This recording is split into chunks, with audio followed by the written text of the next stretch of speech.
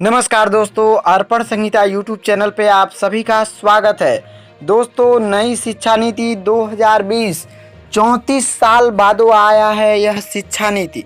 इसमें बहुत बड़े बड़े बदलाव हुए हैं, जिसके खास पॉइंट्स इस तरह से हैं। हर छात्र की क्षमताओं को बढ़ावा देना प्राथमिकता होगा। इसके अलावा छात्रों के लिए कला और विज्ञान के बीच कोई कठिनाई अलगाव नहीं होगा। शिक्षकों के साथ साथ अभिभावकों को भी जागरूक करने पर दिया जाएगा जोर। वैचारिक समझ पर जोर होगा। रचनात्मकता और महत्वपूर्ण सोच को बढ़ावा मिलेगा। नैतिकता, संवैधानिक मूल्य पाठ्यक्रम का प्रमुख हिस्सा होंगे। तो दोस्तों, इस चैनल पे यदि आप नए विजिट कर रहे हो तो आपसे छोटा सा रिक्वेस्ट है, आप चैनल को सब्सक्राइब कर लीजिएगा और बेल आइकन को प्रेस कर दीजिएगा। इस तरह की वीडियो हम बनाते रहते हैं। दोस्तों, नई शिक्षा नीति जब से लागू हुआ है तब से बहुत सारे प्रशिक्षुओं के मन में एक दुविधा खड़ी हो गई है। क्या इंटरव्यू होगा? क्या इंटरव्यू में धांधली पनप सकती है? क्या भ्रष्टाचार फिर से बढ़ सकता है? तो बहुत सारे ऐसे सवाल हो रहे हैं। क्या इसका समाधान भी होगा? तो दोस्तों, आपको बता दें कि इंटरव्यू तो लागू हो गया है नई शिक्षा नीति के माध्यम से, जो स्किल टेस्ट एनटीए फार्मूले पर होगा और सुपर टेट के एग्ज़ाम के बाद होगा, और उसके बाद 3 वर्षों के लिए अस्थाई जॉब के साथ साथ फिर इंटरव्यू होगा, तब जाके आपका स्थायी जॉब लगेगा।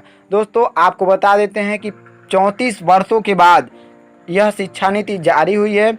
इसमें एक और बड़ा बदलाव किया गया है। केंद्रीय मंत्री रमेश पोखरियाल निशंक ने कहा कि मानव संसाधन विकास मंत्रालय का नाम बदलकर अब शिक्षा मंत्रालय किया गया है। शुरुआत में इसे मंत्रालय का नाम शिक्षा मंत्रालय ही था, लेकिन 1985 में इसे बदलकर मानव संसाधन मंत्रालय नाम दिया गया। नई शिक्षा नीति के मसौदे में इसे फिर से शिक्षा मंत्रालय के नाम देने का सुझाव दिया गया। उच्च शिक्षा में प्रमुख सुधारों में 2035 तक 50% सकल नामांकन अनुपात का लक्ष्य रखा गया है। इसमें एकाधिक प्रवेश निकास का प्रावधान शामिल है। दोस्तों, आप जानें कि 10+2 का नया फॉर्मेट क्या होगा। नई शिक्षा नीति में 10+2 के फॉर्मेट को पूरी तरह खत्म कर दिया गया है। अब इसे 10+2 से बांटकर 5+3+3+4 फॉर्मेट में ढाला गया है। इसमें बहुत से लोगों के मन में सवाल उठ रहे थे कि क्या 5+3+4 ऐसे होगा, तो क्या इंटर का क्या होगा। तो दोस्तों, आपको बता दें, इसका मतलब है कि अब स्कूल के पहले 5 सालों में प्री प्राइमरी स्कूल के 3 साल और कक्षा 1 और कक्षा 2 सहित फाउंडेशन स्टेज यानी शामिल होंगे। उसके बाद फिर अगले 3 साल कक्षा 3 से 5 की तैयारी के चरण में विभाजित किया जाएगा। इसके बाद 3 साल मध्य चरण यानी 6 से 8 और माध्यमिक अवस्था के 4 वर्ष 9 से 12। इसके अलावा स्कूलों में कला, वाणिज्य, विज्ञान स्ट्रीम का कोई कठोर पालन नहीं होगा। छात्र अब जो भी पाठ्यक्रम चाहें वो ले सकते हैं। उच्च शिक्षा में भी सुधार किया जाएगा, जिसमें नामांकन सकल नामांकन अनुपात प्राप्त होंगे 50%।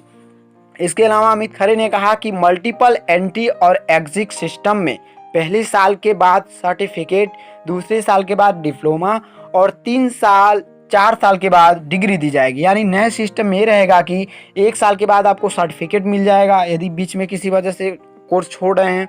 फिर 2 साल के बाद आपको डिप्लोमा मिलेगा।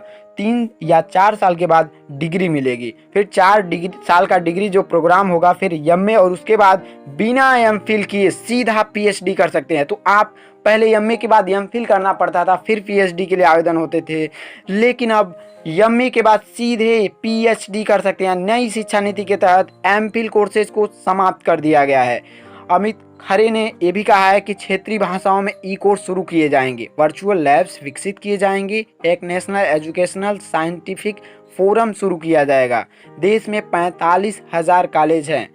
तो दोस्तों, अमित खरे ने एक और अहम जानकारी दी है कि कक्षा 5 तक मातृभाषा को निर्देशों का माध्यम से बनाया जाएगा। रिपोर्ट कार्ड में सब चीज़ों की जानकारी होगी।